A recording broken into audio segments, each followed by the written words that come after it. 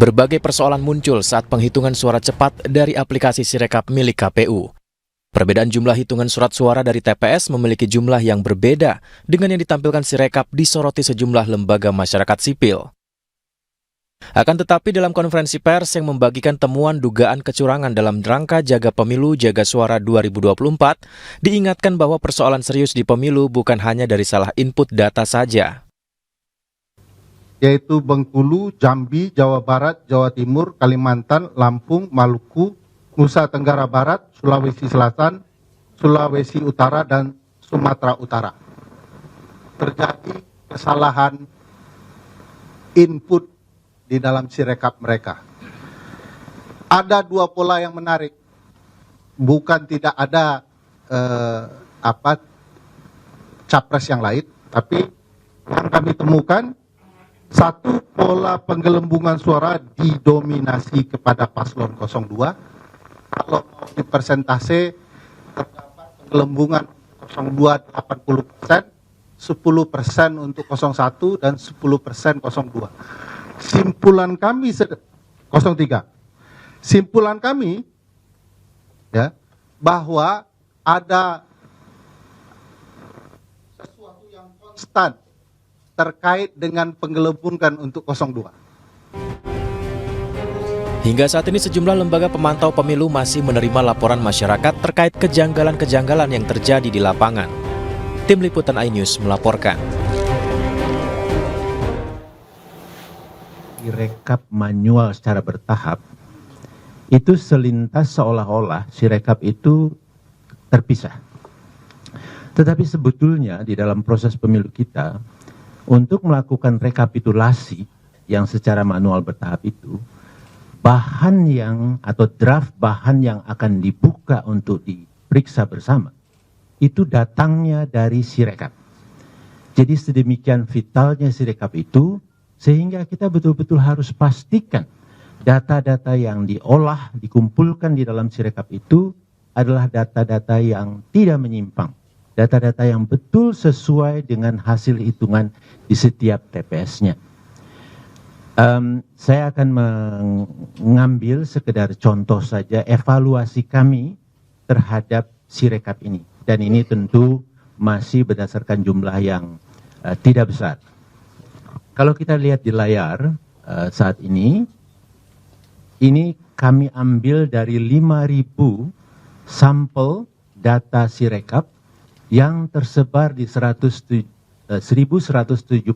kelurahan, dipilih secara acak di dalamnya dan di setiap kelurahan, dan ini tersebar di 494 kabupaten kota. Jadi secara random sistematik kita ambil TPS-TPS-nya dan kami dapatkan 5.000 sampel ini.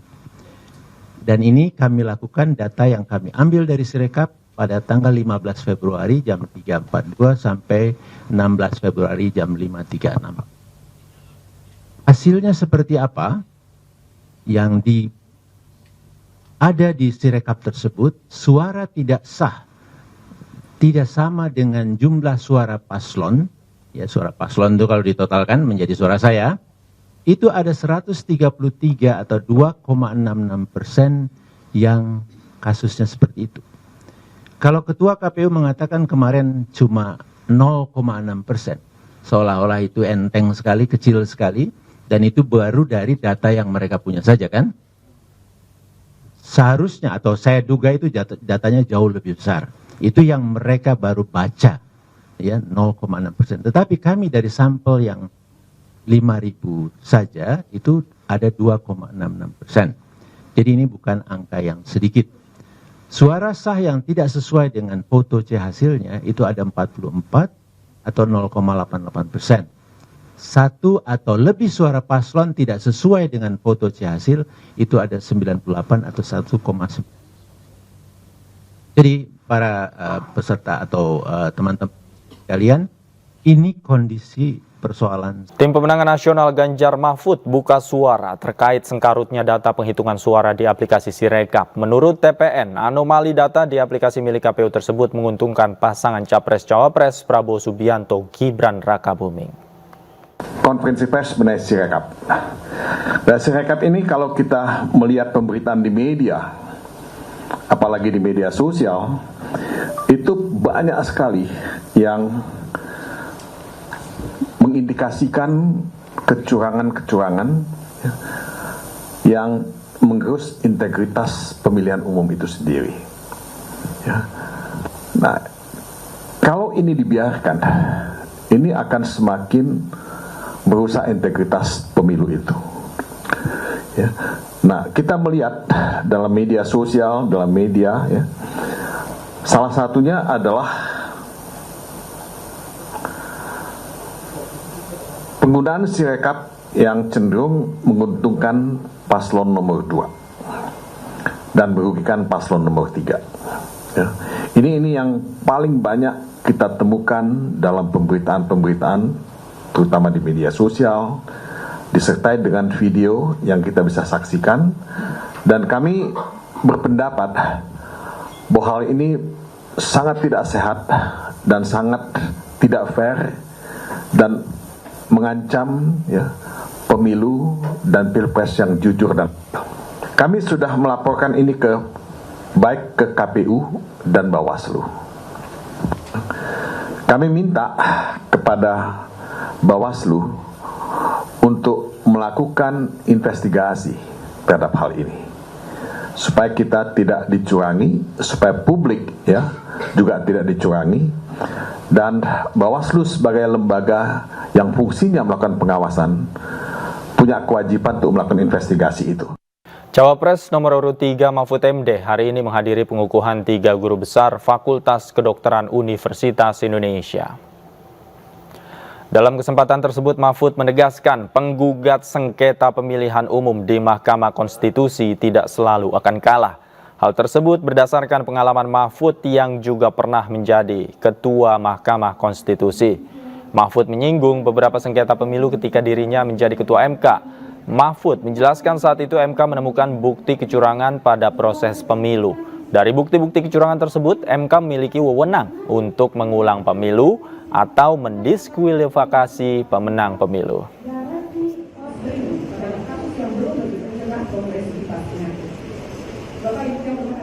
Jadi saya katakan bahwa setiap pemilu yang kalah itu selalu menuduh curang, itu sudah saya katakan di awal 2023, tepatnya sebelum tahapan pemilu dimulai. Tapi jangan diartikan bahwa penggugat selalu kalah, sebab memang sering terjadi kecurangan terbukti itu secara sah dan meyakinkan. Ketika saya menjadi Ketua MK, MK pernah memutus pembatalan hasil pemilu dalam bentuk perintah pemilihan ulang maupun pembatalan penuh, sehingga yang menang dinyatakan disqualified dan yang kalah naik. Jadi bisa pemilu ulang, bisa. Misalnya saya sebut contohnya hasil pemilu kada Jawa Timur tahun 2008 saat Khofifah dinyatakan kalah dari Soekarwo, kita batalkan hasilnya dan diulang. Dua hasil pilkada Bengkulu Selatan, yang menang didiskualifikasi, yang di bawahnya langsung naik. 3, hasil pilkada Kota Waringin Barat, sama dengan Bengkulu Selatan, dan banyak lagi kasus di mana ada pemilihan ulang, terpisah, daerah tertentu, desa tertentu, dan sebagainya. Nah, harus diingat bahwa untuk pertama kali istilah pelanggaran terstruktur, sistematis dan masif itu muncul sebagai vonis pengadilan di Indonesia tahun 2008 ketika MK memutus sengketa Pilgub antara Khofifah dan Soekarwo. Saya waktu itu hakimnya. Dan setelah menjadi dasar, vonis-vonis lain untuk selanjutnya masuk secara resmi di dalam hukum pemilu kita. Jadi ini sudah menjadi jurisprudensi dan juga menjadi aturan di undang-undang, di peraturan KPU, di peraturan Bawaslu, itu ada. Gitu. Pelanggaran terstruktur, sistematis dan masif itu. Jadi ini bukan hanya jurisprudensi sekali lagi, tetapi juga termasuk di dalam peraturan perundang-undangan. Sementara itu calon Presiden Anies Baswedan menyatakan bahwa Timnas Amin saat ini tengah mengumpulkan data-data dugaan kecurangan yang terjadi di pemilu. Anies juga meminta KPU untuk serius menyikapi hal-hal terkait dugaan kecurangan pemilu. Semua saat ini melakukan pengumpulan dan itu juga anjuran kita kepada semua untuk mengumpulkan semua data-data, fakta-fakta yang kemudian nanti kita akan lihat pemanfaatannya seperti apa. Perlu serius, KPU harus menghormati semua laporan karena kita ingin kualitas demokrasi kita lebih baik. Dan salah satu indikasi kualitas demokrasi baik itu pemilu yang bersih, pemilu yang jujur. Sehingga kalau ada kekurangan-kekurangan harus ditindaklanjuti, harus dilakukan langkah-langkah untuk memastikan bahwa setiap suara rakyat itu terhitung dan semua aspirasi sesuai. Demi menjaga demokrasi, TPN Ganjar Mahfud dan Timnas Amin terus menggaungkan dugaan kecurangan pemilu yang sistematis. Untuk membahasnya, kami sudah terhubung bersama dengan Sekjen Partai Perindo Ahmad Raufik, Tim Hukum Nasional Amin Zaid Musafi, dan kami juga sudah mengundang dari TKN Prabowo Gibran, namun hingga kini belum ada respon dari mereka. Saya langsung sapa Pak Raufik. Pak Zaid, selamat malam. Assalamualaikum. Malam. Waalaikumsalam warahmatullahi wabarakatuh. Baik, saya pertama ke Pak Raufik terlebih dahulu. Pak Raufik, kalau dari Anda melihat apa yang terjadi dalam beberapa hari ini, sejak pemungutan suara hingga beberapa hari ini, data yang masuk ke aplikasi Sirekap milik KPU, apakah betul ada indikasi kecurangan? Ya, kalau kita melihat perkembangan ya dari berbagai macam laporan ya, baik secara langsung maupun tak langsung, memang kecurangan-kecurangan yang terjadi di daerah itu begitu sangat nampak. Dan ada satu hal yang memang cukup mengagetkan, bahwa kecurangan itu biasanya terjadi setelah pemilu, tetapi ini terjadi sebelum pemilu. Kecurangan itu kita bisa melihat bahwa perimbangan suara dalam konteks ini, misalkan Mas Ganjar di Jawa Tengah misalkan, yang suaranya mayoritas dalam konteks kepartaian. Bagaimanapun Jawa Tengah itu adalah lumbung merah, tetapi satu keanehan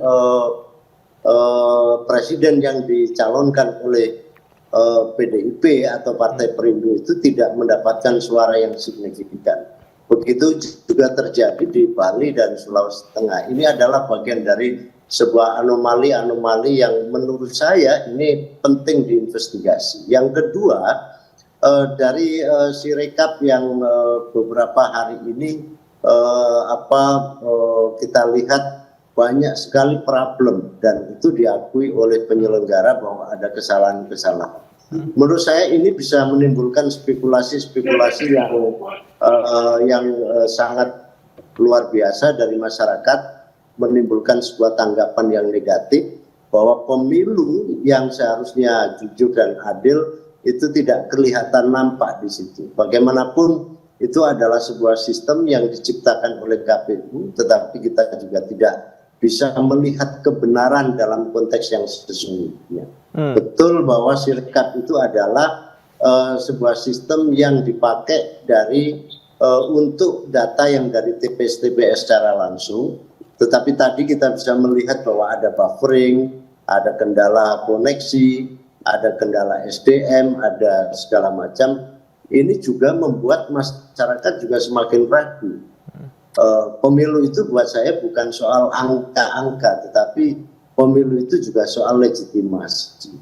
Jadi saya juga termasuk orang yang tidak menerima, misalkan ya biarlah ini hasil pemilu ini kita terima, kita tata demokrasi ke depan 5 tahun kita akan menjadi lebih baik. Menurut saya itu tidak, karena itu akan terulang setiap peristiwa 5 tahun mendatang, dan itu merugikan. Dan menurut saya peristiwa ini penting, perlu ada uji forensik di sistem IT ini, karena ini menimbulkan sebuah kesimpang siuran informasi. Dan saya memberikan rekomendasi kalau misalkan itu tidak siap, ya lebih baik di take down, karena masyarakat biar juga tidak terpecah belah dalam konteks pemahaman mereka melihat hasil. Oke, yang di take down ini aplikasi Sirekapnya, Pak Raufik? Ya, karena validitasnya tidak bisa dibuktikan bahwa Sirekap ini bisa memberikan sajian data yang benar. Kan kalau kita lihat dari perhitungan-perhitungan yang ada, misalkan kita melihat dalam konteks kepartaian ya, misalkan dalam suara di dapil tertentu misalkan, itu suara keseluruhannya 51.000, tetapi ketika dijumlahkan dari seluruh caleg menjadi 100.000. Jadi ini tidak ada validasi yang yang ditunjukkan oleh sistem ini. Kalau seperti ini kenapa harus diteruskan? Karena ini tentu akan merugikan penilaian masyarakat, dan konflik itu bisa terjadi baik secara internal maupun secara eksternal. Dan asumsi bahwa pemilu ini jujur dan adil itu menjadi terkoreksi bahwa itu tidak bisa dibuktikan. Jadi pada akhirnya begini, ini yang akan membuka ruang untuk melakukan segala upaya agar yang kuat terus merangsek agar tetap sesuai dengan apa yang ada di Quickcon, tetapi kepada si lemah juga tidak berdaya untuk melawan kekuatan itu. Jadi ruang untuk membuat perhitungan ini trust publik itu menjadi sangat minim sekali. Baik. Saya ke Pak Zaid. Pak Zaid, Anda setuju bahwa ada masalah di aplikasi Sirekap ini? Kemudian kalau ada masalah, apa rekomendasi Anda? Gini, bahwasanya Sirekap itu bermasalah, iya. Tapi yang perlu diingat, Sirekap ini hanyalah salah satu problem, ya salah satu puncak gunung es dari sekian banyak problem permasalahan di pemilu, khususnya dalam proses penghitungan atau proses permasalahan pemilu di hari H. Kita nih masih banyak lagi problem-problem yang lain selain masalah Sirekap. Kalau kami sampaikan, ya berkali-kali kami dari tim hukum Amin ini, kami dari bulan Desember, bulan Februari awal, sebelum pencoblosan, kami sudah minta audit forensik kepada KPU. Audit ini dilakukan oleh auditor independen dan melibatkan perwakilan auditor dari 01, 02, dan 03. Tapi di sisi lain yang harus kita ingat, kita jangan terfokus hanya sebatas membahas Sirekapnya. Bahwa problem-problem pada saat hari pencoblosan itu tidak cuma tentang Sirekap yang terjadi pada sore hari dan malam hari dan ke hari keduanya, tapi dari serangan fajar, H-1, bagaimana penggunaan atau dugaan intimidasi, dugaan penggunaan aparat-aparat desa, dugaan bagaimana money politik bermain, dugaan bagaimana penyebaran bansos, itu jangan kita lupakan. Ini juga harus didalami sama teman-teman media semuanya. Jadi tidak semata-mata tentang Sirekap saja yang bermasalah. Bahwasanya Sirekap masalah, iya, itu hanya salah satu dari puncak gunung es menurut kami. Bahwasanya itu harus dibenarin, itu iya, tapi posisi sekarang karena masyarakat sudah menganggap ada dugaan pelanggaran atau sampai berstatement masyarakat mengatakan pemilu itu curang, ya KPU harus bisa membuktikan bahwasanya memang sistem audit sistem IT KPU ini bermasalahnya tidak menggelembungkan suara. Kita juga bisa kalau kita perhatikan, seharusnya kalau memang bicara sistem IT itu kan bisa dikunci ya, bisa di lock ya kan. Kenapa angkanya itu kalau masing-masing TPS itu cuma 300, kenapa nggak di lock angka itu 300? Kenapa bisa sampai ratusan ribu? Kenapa bisa sampai lebih dari 300? Nah, tapi balik lagi kami ingatkan agar teman-teman media juga memperhatikan bahwa ada dugaan-dugaan pelanggaran yang lain di hari H, selain daripada masalah Sirekap. Sirekap hanya salah satunya aja lah. Kita terima pengaduan itu ratusan ribu. Dalam memverifikasi laporan-laporan itu juga pola-polanya ini yang paling banyak adalah intimidasi, dugaan intimidasi dengan menggunakan bansos, dan politisasi menggunakan bansos. Ada juga serangan pajak, ada juga money politik, ya kan? Yang ini tidak bisa dielakkan. Masyarakat yang di bawah selaku penerima nafkah harian, ya kan, yang kita terima aduannya, tentunya kami masih verifikasi lagi ya, yang kami terima aduannya itu menyatakan, loh Pak, kami ini hanya penerima nafkah harian, ini ada rezeki kami di depan mata, hanya terbatas masalah pemilihan, apa masalahnya? Ya kita ya nggak bisa, kita juga dalam menyikapi itu kita akan memverifikasi tentunya apakah benar ada kejadian itu. Tapi balik lagi kami tegaskan dari tim hukum nasional Amin, Sirekap itu hanya salah satu, itu bagian dari puncak gunung es aja lah. Gitu. Problem yang lain di hari H, kecurangan itu banyak, polanya sangat masif gitu. Oke, baik. Problem yang lain banyak, nanti kita breakdown satu persatu usai jeda. Pak Raufik, Pak Zaid, tetaplah bersama kami. Pemirsa, kami akan lanjutkan dialog usai jeda berikut. Tetaplah di iNewsroom.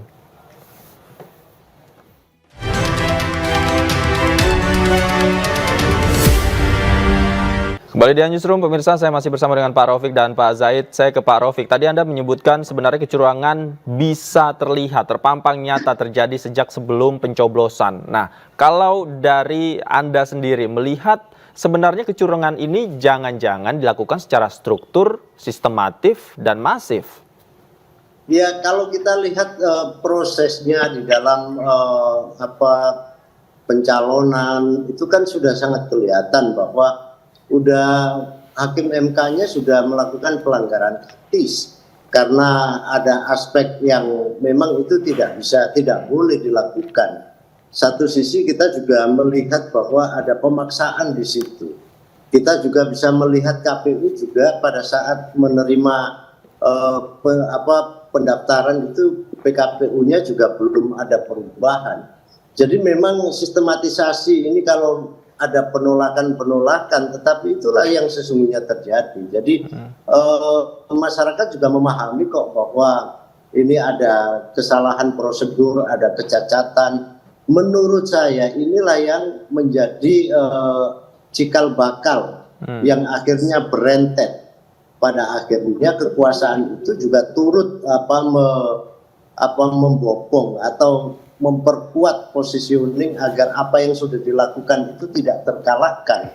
Nah, maka disitulah apapun akan dilakukan dalam konteks pemenangan. Yang tadi sudah diungkapkan banyak sekali upaya-upaya H-1 pada malam hari, pada hari H dan segala macam itu adalah bagian dari sebuah rentetan peristiwa yang terencanakan. Akhirnya apa yang pernah beberapa waktu lalu ada film dokumenter tentang Dirty Food itu kan terkonfirmasi dengan peristiwa-peristiwa yang akhir-akhir ini kita terima, termasuk yang Sirekap. Memang Sirekap ini hanya salah satu.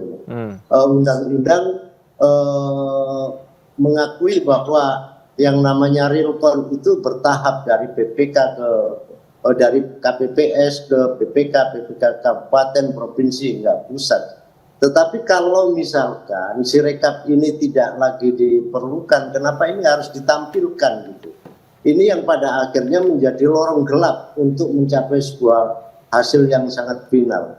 Masyarakat bisa saja berasumsi bahwa ini adalah membuka ruang permainan bagi siapapun untuk memanipulasi sebuah hasil. Tentu ini bisa membuat situasi menjadi jauh lebih buruk.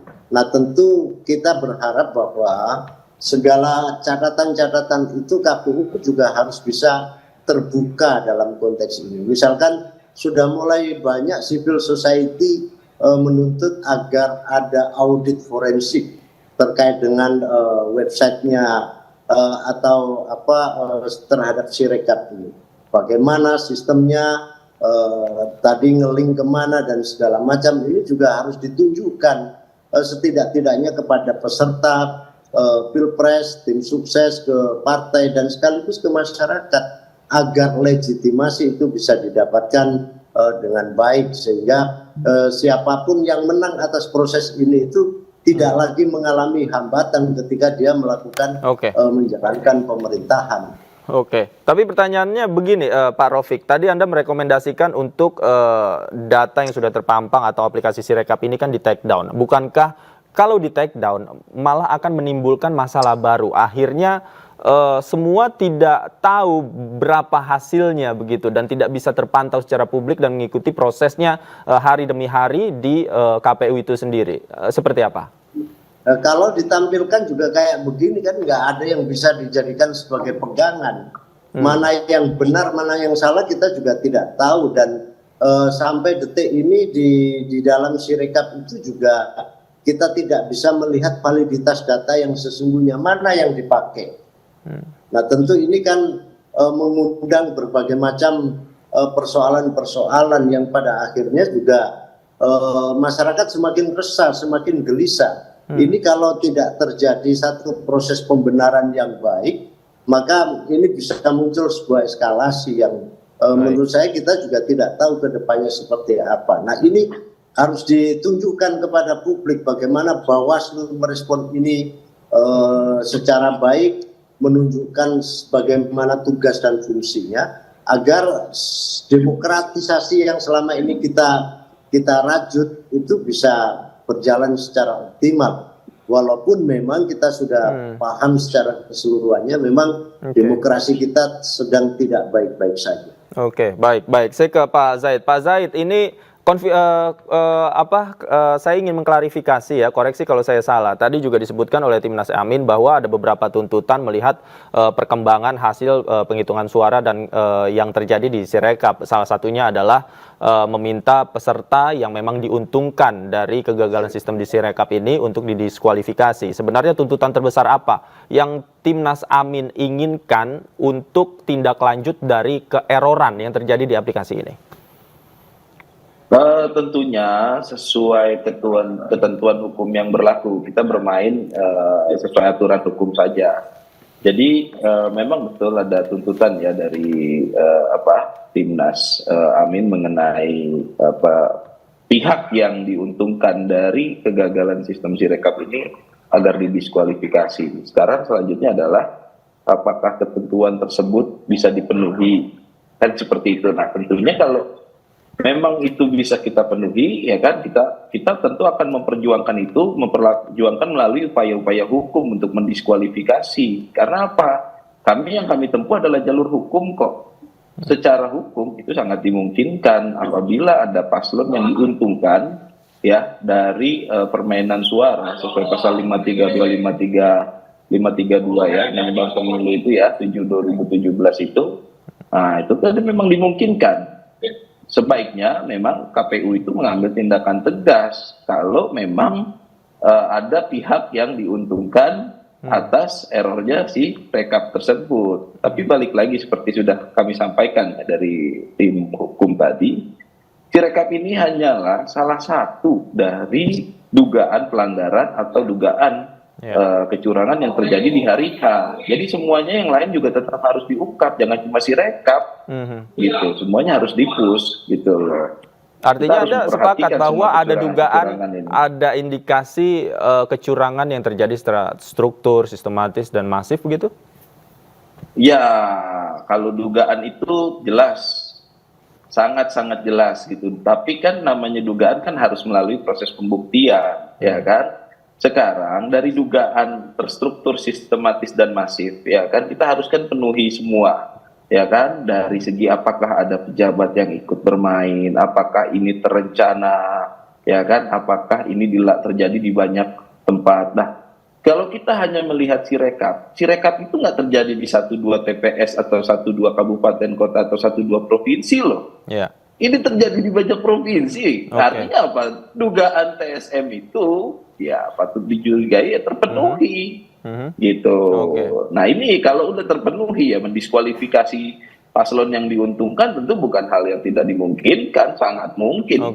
Oke. Kalau misalnya proses ini berjalan hingga nanti, kemudian juga legitimasi hasil penghitungan suara versi KPU, misalnya nanti ini diragukan, apa kira-kira tuntutan Timnas Amin terhadap solusi dari semua ini? Ya, sesuai ketentuan hukum yang berlaku ya, ketika ada permainan suara, penggelembungan suara atau mempermainkan suara, tentu itu bukan hanya sebuah tindak pidana, tapi menjadi delegitimasi pemilu itu sendiri. Tentu kita tidak ingin pemilu itu dilegitimasi, tapi kalau cara-cara seperti ini terbukti, ya, contoh aja dari masalah Sirekap aja itu terjadi di banyak provinsi, ya ini masyarakat bisa menilai loh semuanya. Oke. Gitu. Kalau hanya 1-2 provinsi, ya kan 1-2 provinsi aja itu tidak bisa dibenarkan. Gitu loh. Apalagi terjadi di banyak provinsi ini tidak bisa dibenarkan dan harus didiskualifikasi. Itu jelas permintaan yang reasonable menurut kami. Baik. Saya ke Pak Raufik. Pak Raufik, terakhir, sebenarnya kalau ini apakah Anda juga setuju bahwa paslon yang diuntungkan harus didiskualifikasi? Kalau rekomendasi dari Anda seperti apa? Ya, kita mesti membuktikan bahwa semua proses politik ini, pemilu ini tidak berjalan dengan jujur dan adil. Kita akan membuktikan melalui jalur hukum dan tentu saja kita menginginkan bahwa ada keadilan di situ. Jika terbukti bahwa apa yang akan kami sajikan nanti dalam proses hukum itu memenuhi syarat, ya tentu tidak ada pemenang di sini. Apakah itu nanti pemilu ulang, apakah itu nanti akan ada istilah pemilu yang parsial dari daerah-daerah khusus yang ada penggelembungan dan segala macam, ya tentu itu nanti akan kita cermati. Tetapi intinya bahwa ada proses ketidakadilan di sini. Yang menurut saya publik dan masyarakat juga perlu tahu bahwa demokrasi kita hari ini memang sedang masuk ke lorong gelap dan ini harus diupayakan agar demokrasi ini berjalan dengan baik untuk mengantarkan sebuah kesejahteraan bagi masyarakat. Baik, demokrasi sedang tidak baik-baik saja begitu ya, dan semua upaya yang bisa dilakukan untuk mengungkap dugaan kecurangan ini harus ditempuh ya, baik itu oleh Timnas Amin dan juga TPN Ganjar Mahfud. Terima kasih Pak Raufik, Pak Zaid sudah bergabung bersama kami di iNewsroom. Selamat malam, sehat selalu Bapak-bapak. Sebuah video yang memperlihatkan kotak suara yang sudah terisi sebelum pencoblosan di salah satu TPS di daerah Kabupaten Musirawas Utara, Sumatera Selatan viral di media sosial. Usai menerima laporan dugaan pelanggaran tersebut, Bawaslu Sumatera Selatan menurunkan tim investigasi. Dugaan pelanggaran itu ditemukan di 2 TPS Kabupaten Musirawas Utara dan 1 TPS di Musi Banyuasin. Tim investigasi masih mengkaji terkait hal itu bersama Bawaslu setempat dan Panwascam. Dugaan pelanggaran ini terancam hukuman penjara selama 18 bulan dan denda 18 juta rupiah. Salah satu pemilih mencoblos lebih dari 1 kali, itu akan kita laksanakan pemungutan suara ulang di 1 TPS ya, di Moratara. Nah, yang 1 TPS-nya lagi juga di Moratara, itu lagi dalam proses pengkajian, karena kasusnya berbeda. Nah, untuk Kabupaten Muba, itu tadi sudah hampir final, kita akan melakukan pemungutan suara ulang juga di 1 TPS. Bawaslu Sumsel juga masih membuka posko pengaduan pelanggaran pemilu hingga rekapitulasi selesai secara nasional. Dari Palembang, Sumatera Selatan, Guntur, iNews melaporkan. Pemirsa, sorotan menyasar pada aplikasi Sirekap milik KPU yang dinilai bermasalah. Selain dari anggota KPPS di lapangan, masalah pada aplikasi sistem Sirekap juga dikeluhkan oleh warganet di media sosial.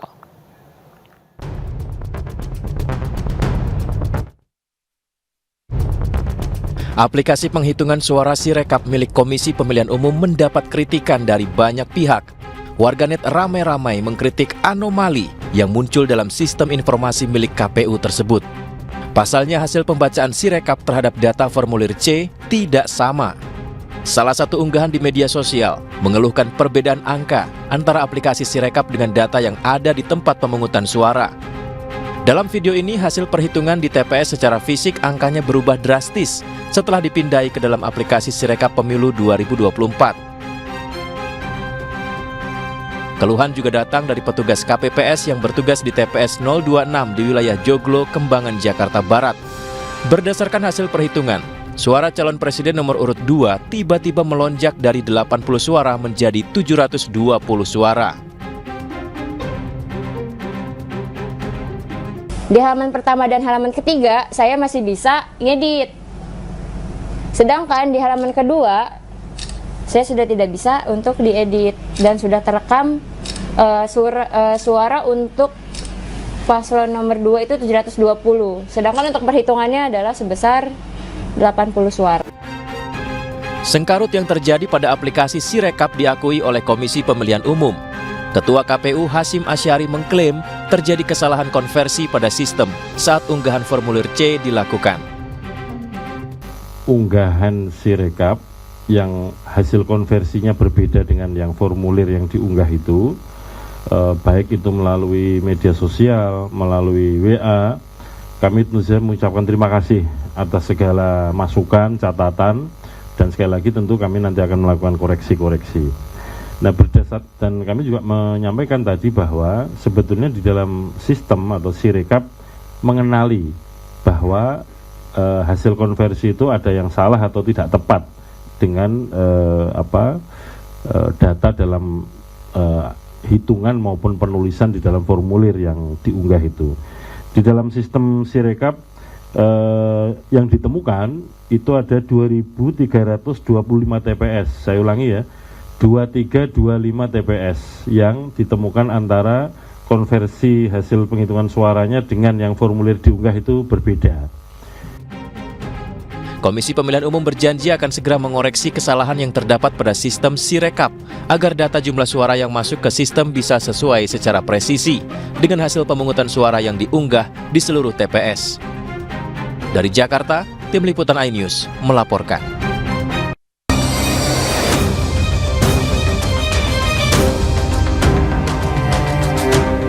Rio, warga Jalan Talang Kerangga, Kecamatan Ilir Barat 2 Palembang, tak berkutik setelah ditangkap Polrestabes Palembang. Dari tangan pelaku, polisi berhasil mengamankan alat yang digunakan untuk aniaya korban. Pelaku yang bertugas sebagai linmas ini nekat menganiaya korban karena sakit hati dengan perilaku korban. Simpulnya adalah minta dispensasi supaya didahulukan. Namun ada sebuah perkataan yang kurang menyenangkan menurut korban, karena ada informasi yang mencobloskan saudaramu bukan istri. Artinya yang mencobloskan bukan hamil. Kalau yang hamil pasti akan didahulukan. Atas perbuatannya, pelaku dijerat dengan pasal 351 KUHP dengan ancaman 5 tahun penjara. Sebelumnya, Ketua KPPS 27 diserang seorang petugas Linmas saat menghitung surat suara di TPS 27 di Jalan Lebak Malang, Kelurahan 30 Ilir, Kecamatan Ilir Barat 2, Kota Palembang. Diduga, aksi penganiayaan dipicu lantaran pelaku hendak meminjam uang kepada korban dan menjaminkan uang honor sebagai petugas Linmas, namun ditolak korban. Selain itu, pelaku juga sakit hati lantaran sang istri yang tengah hamil hendak mencoblos namun tak didahulukan korban. Tim Liputan iNews melaporkan. Mobil seorang tim ses caleg DPR RI Cianjur, Jawa Barat dibakar orang tak dikenal. Saat olah TKP, polisi menemukan sebuah korek api dan jerigen di samping mobil tersebut. Rekaman video amatir milik warga menunjukkan mobil yang terparkir di posko rekapitulasi ini terbakar hebat. Pihak kepolisian pun melakukan olah tempat kejadian perkara dan menemukan satu buah korek api serta jerigen yang diduga digunakan untuk membakar mobil. Hingga saat ini polisi masih melakukan penyelidikan untuk menangkap pelaku dan mencari motif pembakaran.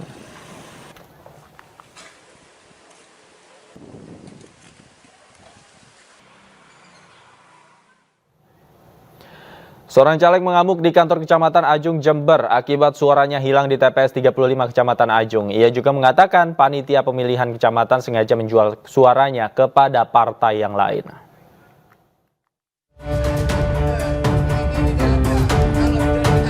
Jumaidi, caleg dari Partai Nasdem ini mengamuk di kantor Kecamatan Ajung, Jember, sembari menunjukkan hasil suara di pleno kecil dan pleno besar yang tidak sama. Jumaidi meminta pertanggungjawaban panitia pemilihan kecamatan bahkan kepada camat Ajung langsung. Karena tidak ada hasil, Jumaidi berniat membongkar kotak suara yang berisi hasil suara di TPS 35. Namun aksinya dihalau polisi dan TNI. Suara saya di TPS 35, Dusun Gumpuk Sawe, Desa Pajakaja, Kecamatan Ajung, hilang 15 suara. Di pleno besar tertulis punya saya 15 suara, 15 tertulis 15. masuk di Sarinah C1 itu tidak ada, hanya ada 6, bahkan punya saya tidak ada. Dan saya menduga bahwa suara saya oleh TPS 35 dijual ke partai yang lain. Penyelenggara pemungutan suara TPS 35 Kecamatan Ajung akhirnya mengadakan rapat bersama Jumaidi. Diperoleh kesepakatan bahwa kotak suara bisa dibuka saat jadwal perekapan di tingkat kecamatan yang akan dilakukan beberapa. Atas kebijakan itu, Jumaidi menerima dan menunggu jadwal pembukaan kotak suara. Dari Jember, Bambang Sugiarto, iNews melaporkan.